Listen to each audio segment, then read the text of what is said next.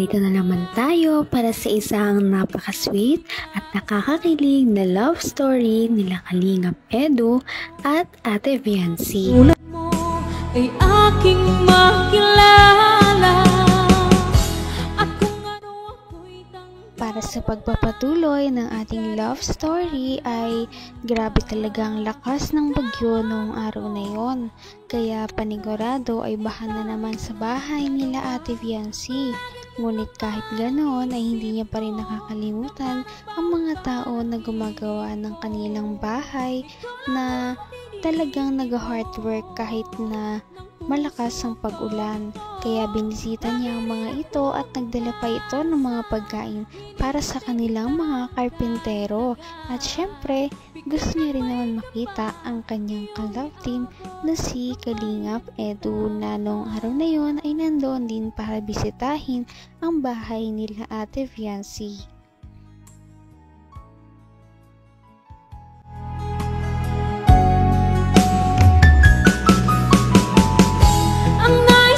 Yan.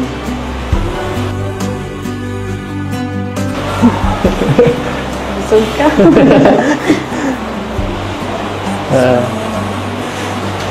Nice ka.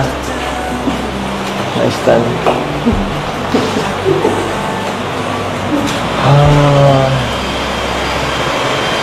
Ay. Pero baka nagtambo ka. Umuwi ako nun eh. Matampo sana po ako kung hindi ka nagpaalam. Nagpaalam ko baga naman yun. Kaya okay lang. Tsaka lasing ka man.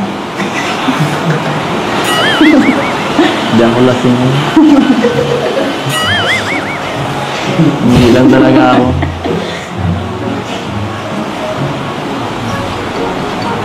Siyempre, makapagpanay sweet, maumay ka agad, no?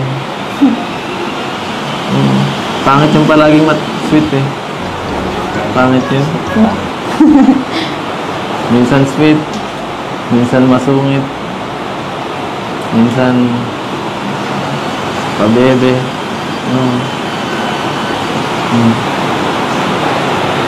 Minsan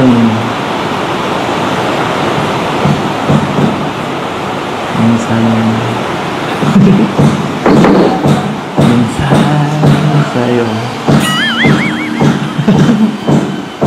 Uy.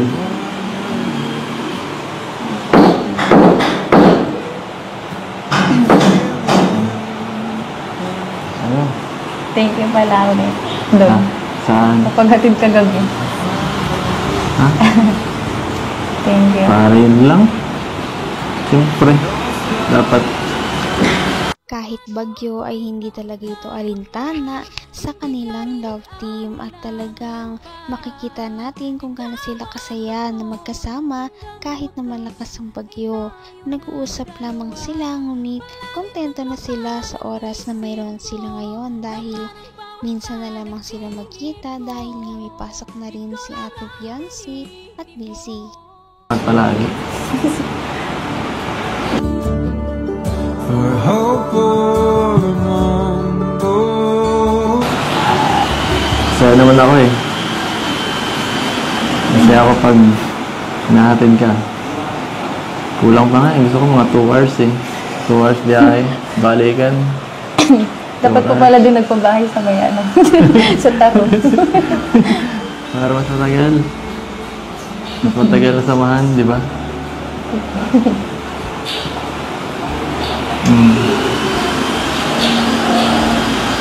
Hambang buhay na akong driver na yun.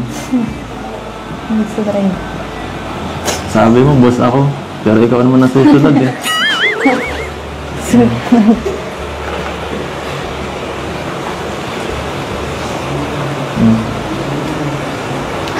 Anong masasabi mo?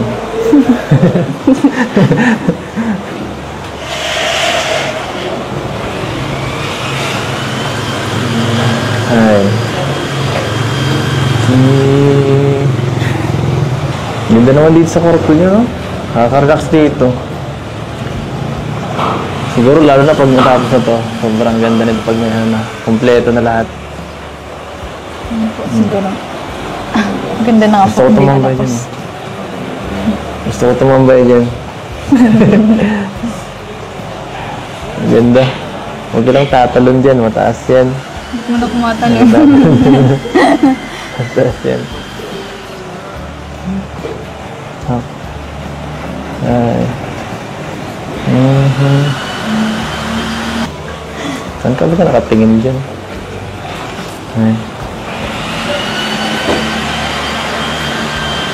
Kaya-hiya ka. Bahala ka.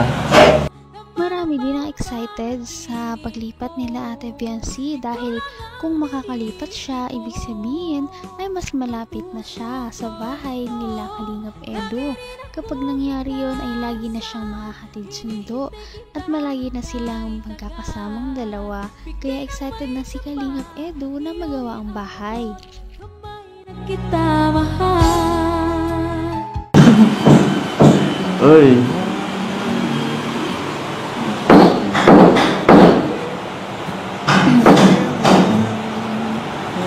Ano?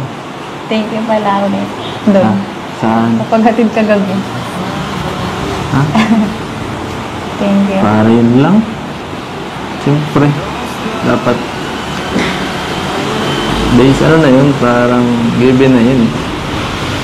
Hindi ka na kailangan magpasalamat palagi. For hope for the mundo. Saya naman ako eh. Kasi ako pag nahatin ka, kulang pa nga eh. Gusto ko mga 2 hours eh. 2 hours biyahe, balikan. Dapat po pala din nagpabahay sa may ano. Sa taro. Para mas matagal. Mas matagal na samahan, di ba?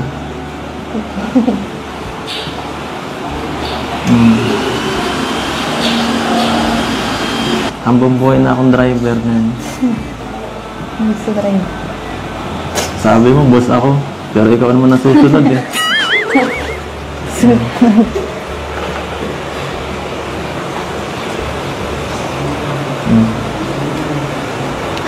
Ano masasabi mo?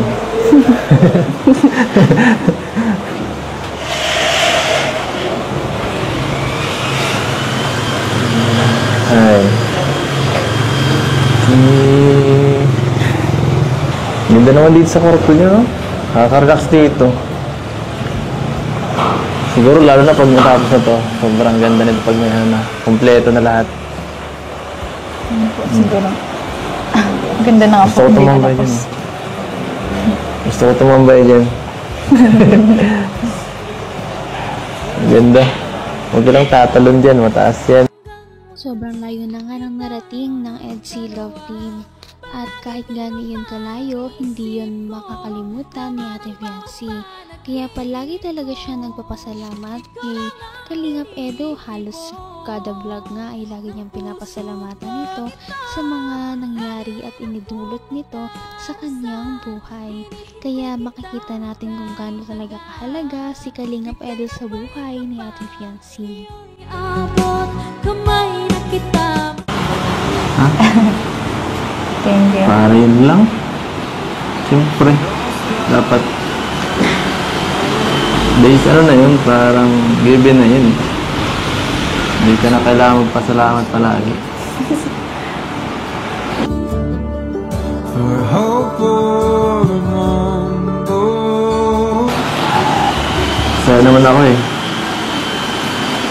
Kasi ako pag nahatin ka, kulang pa nga eh. Gusto ko mga 2 hours eh. 2 hours biyahe, balikan. Dapat po pala din nagpabahay sa may ano. Sa taro. Para mas matagal.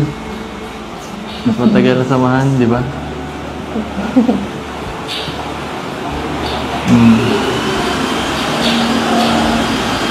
Hambang buhay na akong driver ngayon. Gusto ko rin. Sabi mo, boss ako. Pero ikaw naman nasusunod eh.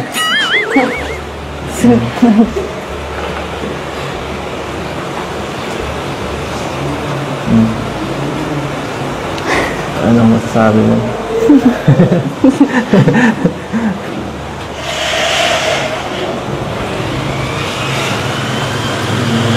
Ay. Ganda naman dito sa kwarto niyo, no? Nakaka-relax dito. Siguro lalo na pag matapos na to, sobrang ganda nito pag may na. Kompleto na lahat. Yun po, siguro. Ganda na nga Gusto po. ko Hindi tumambay natapos. dyan.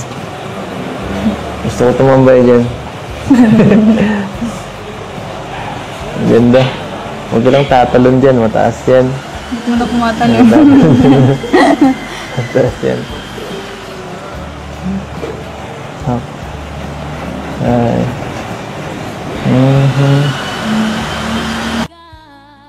Ito na talagang lahat sa nalalapit na paglipat ng bahay ni Ate Fiancé. Kaya pag nangyari ito, mas marami na rin silang time sa isa't isa para makapag-date kahit may cameraman o wala. At yan ang ating naabangan sa mga susunod pa nating mga video. Abangan pa natin ang mga kilig moments nila. Napaka-sweet talaga nila at napakabait ng tambalang ito kaya maraming sumusuporta. Kaya naman sana ipatuloy natin silang suportahan at mahalin si Fiancé, si Kalingap Edu at ang Kalingap team. Yun lamang at maraming salamat sa panonood. Abangan natin kung magkakatuluyan ba talaga si Kalingap Edu at Fiancé. Hanggang sa muli! Bye! Ngayon'y abot